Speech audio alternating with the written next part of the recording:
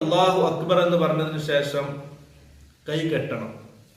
കൈ കെട്ടേണ്ട രൂപം ഹദീസുകൾ നമുക്ക് കാണാൻ കഴിയുന്നത് വാഇൽ ഇബ്നു ഹുജർ റളിയല്ലാഹു അൻഹു ഉദ്ധരിക്കുന്ന ഹദീസിൽ കാണാം, സല്ലൈതു മഅൻ നബി സല്ലല്ലാഹു അലൈഹി വസല്ലം, അല്ലാഹുവിന്റെ റസൂലിന്റെ കൂടെ ഞാൻ നമസ്കരിച്ചു.